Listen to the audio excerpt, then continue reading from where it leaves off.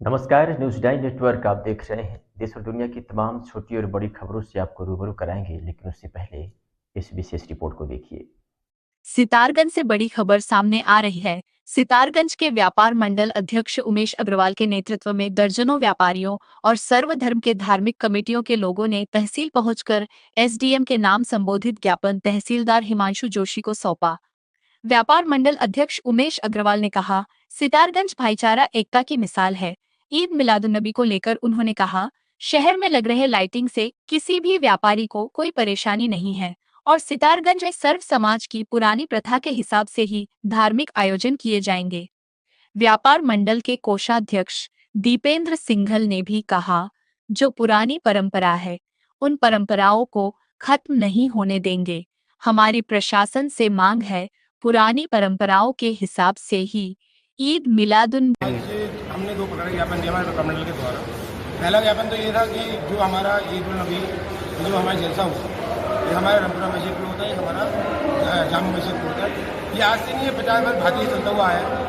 ये हम चाहते हैं कि जैसा उसका सामने कल्पना करते हैं कि हम कोई परमिशन नहीं देंगे किसी भी जलसे की या किसी भी जागरण की या किसी भी शबील लगाने की। तो ये हमारे सर समाज के कहने की गलत है, और जो कि सब ये गलत भी है। आज तक ऐसा कभी हुआ नहीं। सितारा शहर में, सितारा शहर हमेशा प्यार मोहब्बत का गुलदस्ता बनता है, भाईचारे के मिसाल बनना बना है। तो आज तक कभी ऐसा हुआ नहीं कि ऐसा कोई काम रोका गया हो। तो हमने एसडीएम साहब को ज्ञापन दिया। पहला तो यही ज्ञापन था कि इनमें हमें परमिशन दी जाए, कोई गलता होने दिया जाए। जैसा कि 25-26 तारीख को 12 वफात का त्यौहार आ रहा है, उसमें रोशनी और ये जगह जगह जलसे वगैरह का आयोजन किए जाते हैं। तो उस सिलसिले में हम लोगों ने तहसीलदार साहब को एक ज्ञापन दिया है, जिसमें कि हमने परमिशन मांगी है कि जो आज तक शुरू से प्रथा चलती आ रही है उस प्रथा को चलने दिया जाए, उसमें किसी भी प्रकार का कोई व्यवधान ना डाला जाए।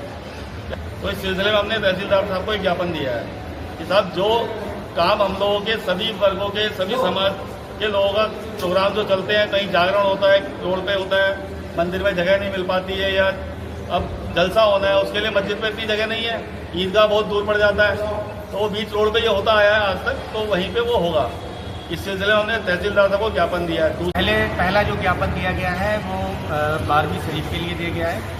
जो कल अमन कमेटी की जो मीटिंग हुई थी, तो इंस्पेक्टर साहब ने उसमें बोला था कि इसमें रोड पे कोई भी कार्य करने की परमिशन ना दी जाएगी। तो उस उपलक्ष्य में व्यापार मंडल के अध्यक्ष सोनू भाई और दीपेंद्र सिंघल जी और तमाम कार्यकर्ता और समाज सेवी लोग आके एसडीएम साहब को इस चीज़ के लिए ज्ञापन दिया गया कि जो काम पिछले जब से सितारगंज विकसित हुआ है तब से जो चीज़ें चली आ रही हैं सामाजिक और धार्मिक, और वो सारे धर्मों की यहाँ सुकून से, अगर किसी भी धर्म का कोई काम हो रहा है, अगर जो भी व्यवस्था की वजह से अगर कहीं रूटों पे भी आना पड़ रहा है, तो किसी भी मजहब के लोगों को कोई आपत्ति नहीं है।